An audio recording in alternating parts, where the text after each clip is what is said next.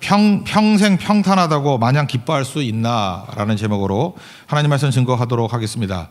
8대 사사가 입다입니다. 입다가 암논을 물리치고 큰 승리를 거두었습니다. 근데 승리 이후에 문제가 더 커졌습니다. 승리 이후에 더 어두워졌고 암울해졌다라는 것입니다. 그러니까 여러분, 우리도 마찬가지입니다. 승리 이후가 더 중요합니다. 승리하고 나면 이 승리 누가 준 거예요? 하나님이 주셨다. 그래서 감사하고 찬양하고 또 나는 아무것도 아닙니다. 무익한 자입니다. 하야 할 일을 했을 뿐입니다. 라고 하는 자기 부인이 있으면은 안전합니다. 그리고 또 승리할 수 있다라는 거예요.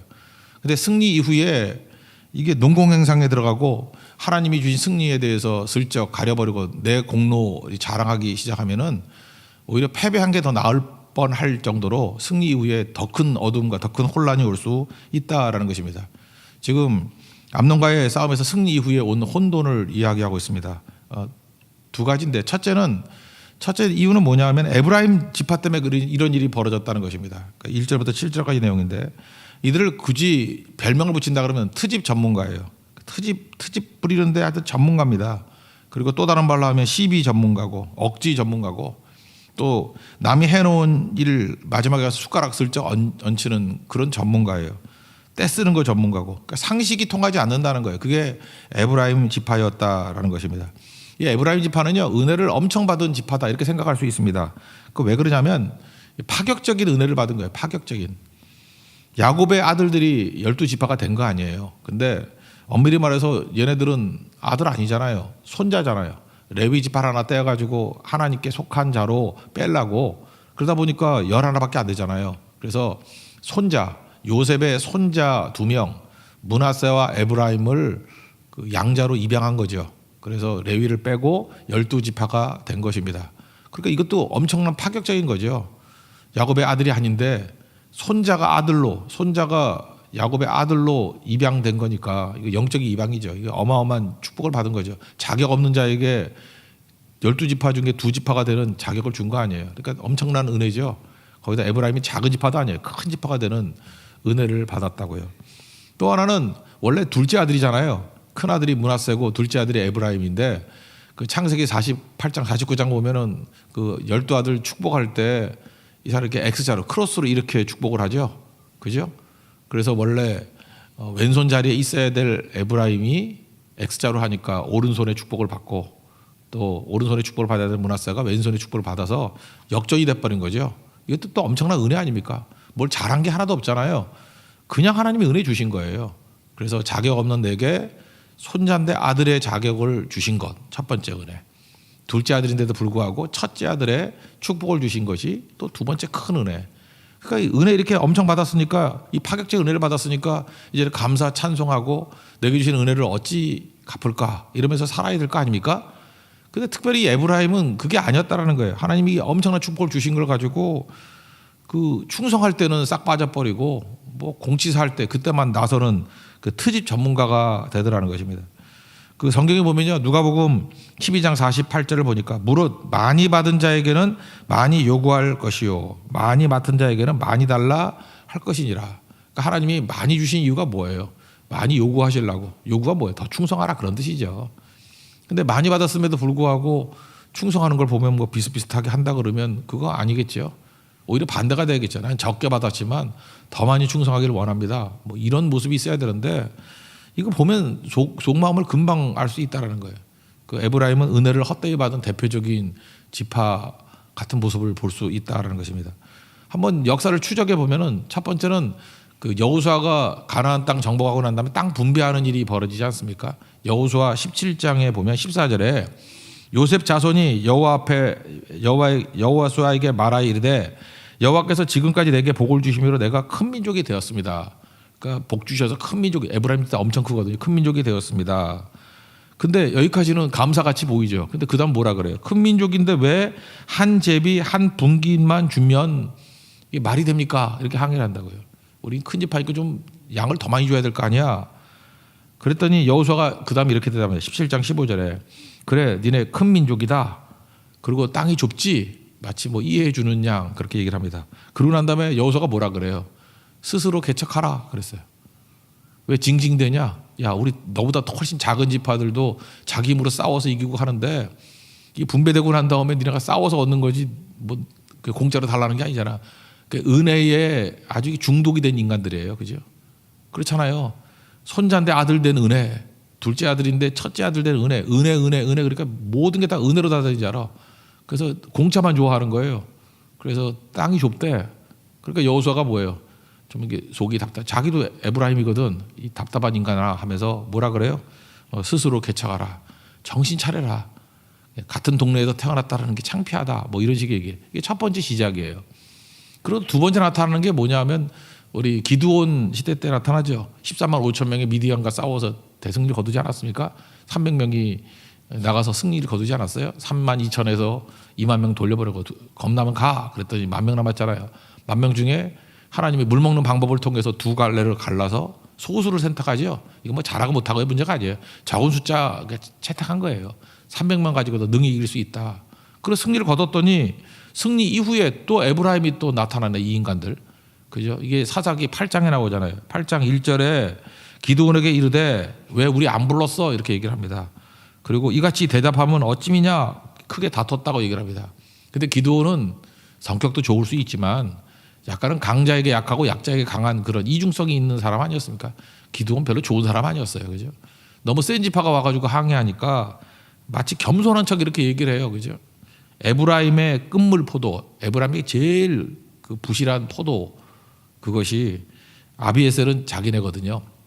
자기네 최고의 만물 포도보다 더 낫다라고 말로 이렇게 위로해주고 격려해주고 높여줍니다. 그랬더니 위로받고 그냥 가더라는 거예요. 그러니까 여기서도 마찬가지죠. 싸울 때 나서지 않다가 마지막에 와가지고 공치사할 때 나타나가지고 그러죠. 그러다가 이제 세 번째 또 나타나는 거예요. 세 번째 내용이 뭡니까? 맨날 트집, 시비 걸던 이 사람들이 그 버릇 못 고치는 거죠. 또 입다한테 와가지고 또 얘기를 하는 거예요. 왜 암몬하고 싸울 때 우리 안 불렀느냐? 그리고 입다는 원래 그 암몬하고 얘기할 때도 외교적으로 차근차근 이렇게 논리적으로 따지는 사람 아닙니까? 그래서 뭐라고 얘기해요? 야, 내가 너희들을 불렀잖아. 불렀는데 니네가 안 왔잖아. 그래서 우리가 목숨 걸고 싸워가지고 승리했고 하나님의 손이 도와주셔서 승리했는데 그러니까 우리가 목숨 걸었다 하나 강조하고 니네가 안 와가지고 또 하나 하나님의 손으로 도움을 줘서 이겼다고. 근데 지금 와서 뭔 소리야? 속된 말로 뭔 개소리야? 뭐 이런 소리죠, 그죠? 너희가 우리와 다투려고 하느냐라고 하면서 크게 분쟁하는 일이 벌어지게 되었다는 것입니다. 그러니까 이게 세 번째. 근데 입다는 뭐예요? 저는 이렇게 생각해요. 입다가 뭐 성격이 거칠어 가지고 이들과 전쟁했다 그거보다도 하나님께서 이게 쌓여 있는 거죠. 에브라임에 대한 입다를 통한 심판이에요. 그죠? 이렇게 은혜를 헛되이 받은 것들에 대해서 누적돼 있잖아요. 오히려 에브라임을 사랑한 거죠. 정신 차려라 이놈들아 하면서 하나님의 심판이 있었다. 저는 그게 맞다고 생각을 합니다. 먼저 1절부터 4절까지 한번 읽어보겠습니다. 시작. 에브라임 사람들이 모여 북쪽으로 가서 입다에게 이르되 내가 암몬 자손과 싸우러 건너갈 때 어찌하여 우리를 불러 너와 함께 가게 하지 아니하였느냐? 우리가 반드시 너와 내 집을 불사리라 하니 입다가 그들에게 이르되 나와 내 백성이 암몬 자손과 크게 싸울 때 내가 너희를 부르되 너희가 나를 그들의 손에서 구원하지 아니한 고로 나는 너희가 도와주지 아니하는 것을 보고 내 목숨을 돌보지 아니하고 건너가서 암몬 자손을 쳤더니 여호와께서 그들을 내 손에 넘겨 주셨거늘 너희가 어찌하여 오늘 내게 올라와서 나와 더불어 싸우고자 하느냐 하니라. 4절 시작. 입다가 길앗 사람을 다 모으고 에브라임과 싸웠으며 길앗 사람들이 에브라임을 쳐서 무찔렀으니 이는 에브라임의 말이 너희 길앗 사람 본래 에브라임에서 도망한 자로서 에브라임과 므낫세 중에 있다 하였음이라. 므낫세 지파가 요단 동편에도 반쪽이 있었고 요단 서편에도 반쪽이 있었죠. 특별히 요단 동편에 있는 동편이 더 차별받았다고 거기를 길앗 사람들이라고 주로 부르기도 했어요. 므낫세 동편 사람들 같은 므낫세 사람이라 할지라도 그러니까 지도를 보면은 므낫세가 요단 동편에도 있고 서편에도 있고 붙어 있어요. 그리고 그 옆에 커다란 에브라임 지파 그러니까 북쪽에 주로 에브라임 므낫세 반 지파 요단강 므낫세 반 지파 이렇게 돼 있다고. 근데 맨 동쪽에 있는 그 므낫세 반 지파를 길앗 이렇게 부르기도 했다라는 것입니다. 그러니까 좀 천시했죠. 그래서 말을 함부로 하잖아요. 뭐라고 얘기해요? 그 1절 보니까 반드시 우리가 너와 내 집을 불사르리라. 좀 말을 이따위로해요, 그죠? 말을 좀 잘해야 되는데. 그러니까 무슨 얘기죠? 하찮게 하겠다는 거예요. 무시했다라는 거예요. 말을 함부로 하는 거죠. 그 다음부터 뭐라 그래요? 너희들은 도망자라고, 그죠? 덜 떨어진 놈들이고 하찮은 것들이고 아무것도 아니야. 이렇게 말로 감정을 막 들쑤셔 놓는 거죠. 그러니까 뭐 가만히 있겠어요? 입다가 하나님의 심판자의 모습으로 나타나기 시작을 합니다. 이게 왜 그러냐면 시기 질투 때문에 그런 것도 있죠. 기생의 아들이고 하찮아 보였던 입다를 통해서 승리를 이루니까 이게 속이 편하지 않은 거예요. 그래서 전쟁이 벌어져서 이겼다는 것입니다. 저는 여기서 이겼다는 것도 되게 중요하지만 이들이 지고 난 다음에 이제 요단강을 건너가려고 그럴 때 나루턱을 입다가 먼저 선점을 하잖아요. 전쟁해봤기 때문에. 그래서 거기서 다 죽여버리는데 4만 2천 명을 죽였거든요. 뭐 죽였다는 것도 중요하지만 여러분 한번 생각해 보세요.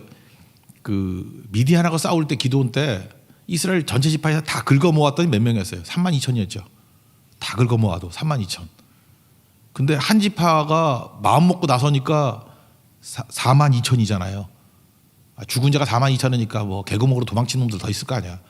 내가 볼 때 한 6만 명 이상 왔던 것 같아요. 그죠? 근데 4만 2천 명이 죽었다. 이게 무슨 얘기입니까? 진짜 전쟁을 해야 될 때는 싹 빠져 있다가 자기 감정 건드리고 자기 자존심 건드리고 자기 시기 질투 때문에 나설 때는 적어도 최소한 4만 2천 명이 나서다가 다 죽게 된 거죠. 우리 이럴 수 있다는 게 능력이 있는 지파예요. 근데 하나님께서 은혜를 주셔가지고 심판하는 거죠. 작사를 내버린 거라고요. 우리가 그럴 수 있어요. 이 많다는 게 무조건 좋은 것만은 아니라는 것입니다. 입다가 그 같은 사람이잖아요. 암몬하고 싸울 때는 좋죠. 언어가 다르니까 암몬 사람들이야 뭐 외모도 다를 거고 그거 뭐 전쟁이 쉬운데 동조가 아니에요. 언어도 같고. 그러니까 요단강을 기점으로 해가지고 발음이 좀 달랐는가 봐. 그죠? 그래서 그 요단 동편에 있는 사람은 SH 발음을 잘했던 거예요. 쉬볼렛 이게 잘했는데 얘는 이게 발음이 안 되는 거야. 시볼렛. 그죠? 시볼렛.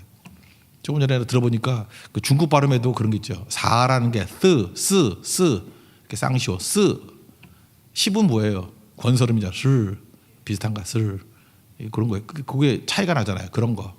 원래 그 시볼렛이라는 뜻이 뭐냐? 개울이라는 뜻이거든. 개울. 이게 여울 뭐 개울 있잖아요. 조그만 개울. 그 시볼렛이라 그러는데 이 개울도 난 어느 지방인지 잘 모르는데 개울을 깨울 그러는 사람도 있더라고. 개구리를 깨구리 나 어느 동네인지 잘 모르겠어요. 뭐 그런 것도 있죠. 어떤 대통령께서는 경제를 발음 못해서 갱제 그랬잖아요. 갱제. 그래서 갱제가 망해가지고 IMF 위기 당하고 그랬었는데 그죠? 발음을 잘해야 돼. 갱제.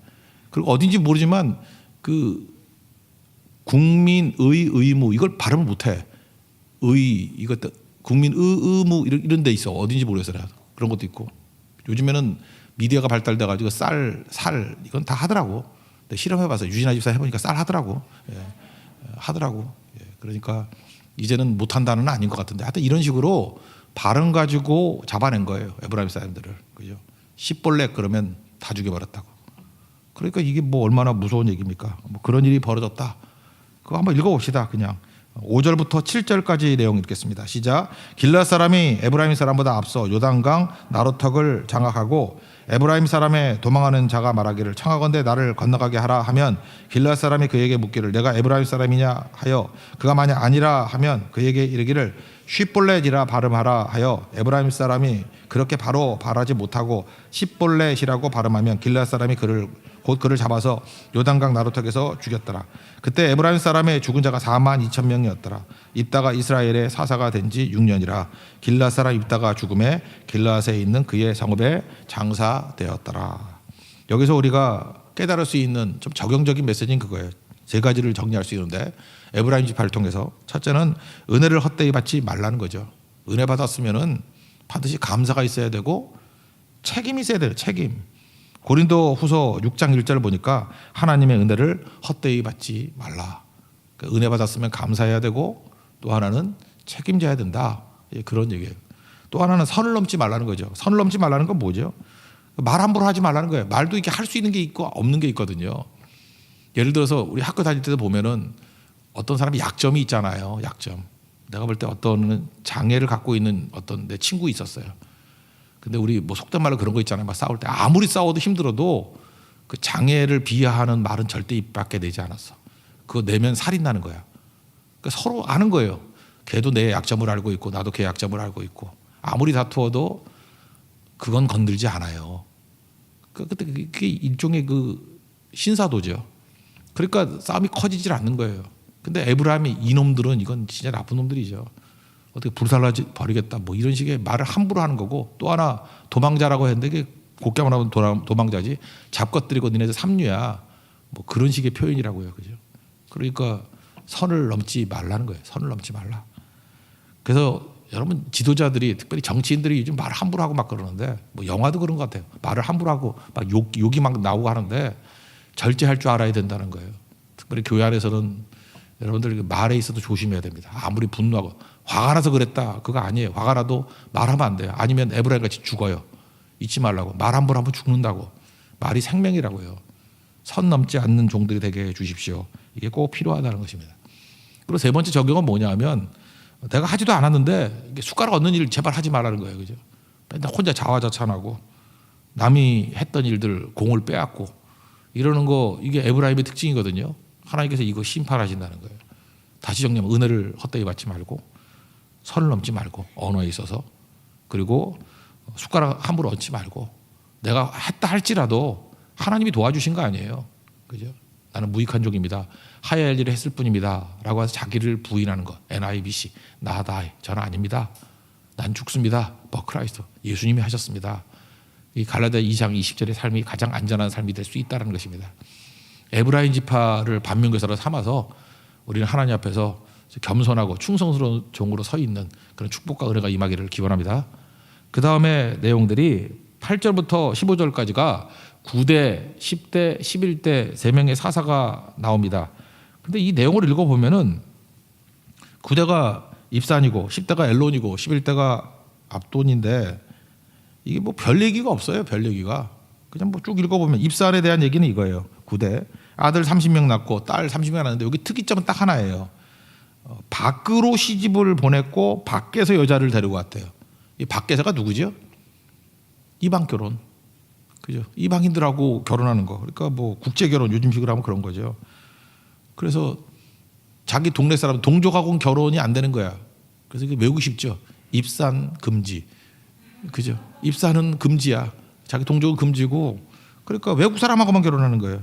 그러니까 이건 뭐죠? 일종의 혼인 정책이죠. 혼인을 통해 가지고 평화를 이루게 만드는 거. 이거 하나님이 제일 싫어한 거죠. 이방인들과 결혼하지 말라 그랬는데 그러니까 우리식으로 하는 건 뭐죠? 그러니까 믿지 않는 사람하고 막 결혼 막 하고 막 다 해도 그걸 통해서 결혼을 통해서 나는 부자가 되고 결혼을 통해서 지위를 얻고 결혼을 통해서 내 만족을 얻고 결혼을 통해서 그 트로피 와이프라 그러잖아요. 멋진 아내를 자랑하고 뭐 남편을 자랑하고 그냥 안 믿어도 괜찮아. 믿음은 없어도 괜찮아. 그걸 통해서 내 삶의 안전과 삶의 영광과 삶의 유복함을 다 누릴 거야. 그게 입산이에요. 입산. 그래서 겉으로는 평화가 있었다고. 근데 이게 기뻐할 수 있는 일이냐? 지금 약간의 시비를 걸고 있는 거예요. 그래서 10대 그걸 한번 읽어봅시다. 입산에 대해서는 그 3절 8절부터 10절까지 한번 읽겠습니다. 시작. 그 뒤를 이어 베들레헴의 입산이 이스라엘 사사가 되었더라. 그가 아들 30명과 딸 30명을 두었더니 그가 딸들을 밖으로 시집 보냈고 아들들을 위하여는 밖에서 여자 30명을 데려왔더라. 그가 이스라엘 사사가 된 지 7년이라. 입산이 죽음에 베들레헴에 장사되었더라. 베들레헴에 장사된 거 보니까 아마도 베냐민 지파였던 것 같습니다. 그 다음에 10대가 엘론인데 10년 동안 다스렸어요. 근데 아무것도 한 게 없어요. 아무것도 한 게 없어요. 순탄했다고. 그러니까 문제없는 세월, 평탄한 세월을 보냈다고. 그러니까 아무것도 없어요. 그냥 편안하면 돼. 뭐 이런 거였다고요. 그런 시대를 보냈다. 이것도 한번 읽어볼까? 11절과 12절 읽겠습니다. 시작. 그들을 이어 스불론 사람 엘론이 이스라엘의 사사가 되어 10년 동안 이스라엘을 다스렸더라. 스불론 사람 엘론이 죽음에 스불론 땅 아얄론에 장사되었더라. 그리고 11대 이 압돈 좀 특이한 것이 있는데 이 사람은 내용이 뭐였느냐? 그 아들이 40명이고 손자가 30명이에요. 많이도 낳았죠. 그리고 어린 나귀가 70마리가 있었다. 8년 동안 통치했다. 이 사람은 어떤 거냐면 지방 토호쯤 되는 것 같아. 그래서 자기 아들과 손자들 데리고 이렇게 시스템을 만든 거예요. 체계적으로 조직적으로 뭘 한 거예요. 그래서 행정 조직을 잘 짜가지고 조직적으로 잘 이끌었다. 하나님이 아니라 조직으로 이끌었다. 뭐 그런 냄새가 많이 납니다. 13절부터 15절까지 읽겠습니다. 시작. 그 뒤를 이어 비라돈 사람 hil렐의 아들 압돈이 이스라엘의 사사가 되었더라. 그에게 아들 40명과 손자 30명이 있어 어린 나귀 70마리를 탔더라. 압돈이 이스라엘 사사가 된 지 8년이라. 비라돈 사람 hil렐의 아들 압돈이 죽음에 에브라임 땅 아말렉 사람의 산지 비라돈에 장사되었더라. 그러니까 이 세 지파 내용들을 다 합쳐보면 내용이 뭐예요? 어려움도 없고 문제도 없고 그냥 성공했고 평화로웠고 근데 뭐가 없어요? 믿음이 없어요. 다 믿음 얘기가 없어요. 또 뭐가 없어요? 신앙 스토리가 전혀 없어요. 그 주를 찾는 갈망이 전혀 없어요. 그냥 평탄하게 25년 보냈대. 7년, 10년, 8년 해가지고 25년 이렇게 보냈대요. 근데 평탄한데 여러분 지금 이름도 외우기 힘들잖아요. 그죠? 여러분 9대, 10대, 11대 사사 이름 외우라 그러면 외우기 쉬워요? 저는 옛날에 신학교 때 그 시험에 나오니까 할 수 없이 외웠지. 입에 돼지고기가 가득 차 있는 앞돈 이렇게 외웠거든. 입에 돼지고기 넣었다고 그렇게 외웠다고. 그죠? 입이 뭐야? 입산. 애가 엘몬. 그죠? 엘몬이고. 그다음에 앞돈이 한돈도 있고 막 그러잖아요. 그죠? 돼지고기가 입에 꽉 차 있다고 앞돈 뭐 이렇게 외웠었는데 그러니까 쉽게 외워지지 않아요. 왜 그래요? 하나님이 없고 하나님 역사가 없고 그냥 의미 없는 평화야. 그냥 먹다 죽다 그거밖에 없는 거라고요. 반면에 적어도 우리가 그 오뚜기가 그 입사다고 얘기했죠. 삼손, 입삼. 오뚜기가 뭐예요? 온니엘. 애는 넣어야 되는데 빼고 5명만 있어. 오뚜기, 드보라, 기드온. 그 다음에 입다, 삼손, 오뚜기, 입삼. 그 5명. 적어도 그 사람들은 하나님이 들어가 있으니까 이름 다 알잖아요. 그죠? 뭐 안 들어본 사람 없잖아요. 근데 여기 같이 뭐 평탄하게 살았다는 사람들 이름도 모르고 이거 아무것도 아닌 거죠. 우리 뭐 중동 속담에 그런 게 있다면서요. 계속되는 햇빛이 사막을 만든다고. 광야가 복일 수 있어요. 광야에서 야곱 보세요. 하나님 만나잖아요. 베델의 하나님을 만나잖아요. 여러분 인생 하나님께서 여러분들을 축복해 주셔가지고 이런 사사같이 살게 안 만드신다고요. 그래서 삶에 어떤 거는 난관이 있고 어려움이 있고 그래서 기도하게 만들고 부르짖게 만들고 그게 좋은 겁니다. 여기 지금 이 3명의 사사 같은 사람들도 있어요. 보면은 너무 평화로워. 너무 하늘마다 다 잘 되고. 근데 그게 위험한 거거든요. 이 세팅을 보세요. 여기 보면 애들도 많이 낳고 뭐 30명, 40명씩 낳고 막 그러잖아요. 그죠? 근데 재밌지 않아요? 8대 입다의 특징이 뭐예요? 문안 동료였잖아, 딸이. 애가 없어요. 없다예요. 그리고 이 세 사사는 많다. 그 다음 나오는 마지막 사사 삼손은 애 못 낳았잖아요. 그죠? 어렵게 낳은 게, 기도하다 낳은 게 삼손 아니에요. 없다. 지금 성경이 강조하는 건 뭐예요? 대조시키는 거예요. 많다의 위험성. 성경은 많은 거를 굉장히 위험하게 여겨요. 우리 기드온 읽을 때도 그랬죠. 기드온의 아들이 몇 명이었어요? 70명. 기드온의 아들이 70명이다 그럴 때 여러분들 영적 감각이 있으면 뭘 느껴야 돼요? 불길하다 이렇게 느껴야 돼요. 70명이나 돼 아들이 불길하다. 하루아침에 죽어요. 여기 사사들도 마찬가지입니다. 뭐 많다 그러면 뭔지 모르지만 불길하다예요. 하나님을 모르잖아요. 여러분도 마찬가지예요. 우리 어떤 사람이 돈이 많다 그러면 부러울지 모르지만 영적으로 깨진 사람은 절대 안 그래요. 돈이 많다 그러면 불길하다 또는 위험하다. 저 사람이 엄청나게 눈물로 기도하고 잘하지 않으면 위험하다, 불길하다. 어떤 사람이 권력이 너무 강한 거예요. 그죠? 젊은 나이인데도 불구하고 엄청난 권력을 가지고 있어. 뭐 삼시 합격하고 뭐 고위직이 있어가지고 옛날 같으면 영감인이라고 불림 당하고 막 이래요. 그러면 불길하다, 위험하다 이런 느낌을 받아야 된다고. 그래서 하나님께서 우리를 광야는 없음이잖아요. 딱 하나 붙들면 돼요. 하나님만 계시면 아무리 아무것도 없다 할지라도 능히 승리할 수 있습니다. 여러분 믿습니까? 그 하나님의 능력이 되기를 원합니다. 그래서 이런 거 에브라임 같이 많다가 되잖아요. 그럼 불길하다예요. 많은데 하나님이 없다 그러면 그거는 불길함에 넘어서 위험함을 넘어서 죽는 거예요. 죽는 거. 그래서 여러분 뭘 관리해야 되냐면 내게 많은 것이 뭔지를 살펴보고 뭐 많다는 게 여러분들 뭐 건강이라든지 여러분들도 외모가 또 뛰어나든지 그것도 많은 게 될 수 있어요. 많은 것들에 무조건 눈물의 기도가 들어가 있어야 돼요. 겸손히 들어가 있어야 돼요. 그러지 않으면 불길하고 위험해요. 깨진다고. 하나님 앞에서 우리 에브라임 같은 이런 약점에 넘어지지 않기를 원합니다. 에브라임도 강했잖아요. 많았잖아요. 여기 3명의 사사들도 많았잖아요. 평화로웠잖아요. 얼마나 위험한지를 우리에게 보여주고 있어요. 반면에 입다 없었잖아요. 삼손도 없었잖아요. 오히려 더 능력이 강하죠. 왜? 뭐 잘하든 못하든 간에 하나님과의 관계 속에서 자기 자신을 정의 내리잖아요. 오직 주님 한 분만이 나의 힘이 되신다는 것을 고백하고 나는 주님께 속한 자라는 것을 잊지 않고 내 삶의 모든 것은 하나님의 것입니다라는 고백을 하고 하여튼 우리 답은 하나예요. 살 길은 NIBC, Not I but Christ, Not I but Christ. 그래야 살 수 있다는 것입니다. 그래야 쓰임받을 수 있다는 거예요. 평생의 삶이 하나님 손에 붙들림 받은 하나님의 무서운 무기 되는 축복이 임하기를 기원합니다. 자리에서 일어나겠습니다. 내 삶은 주의 것 찬양하겠습니다.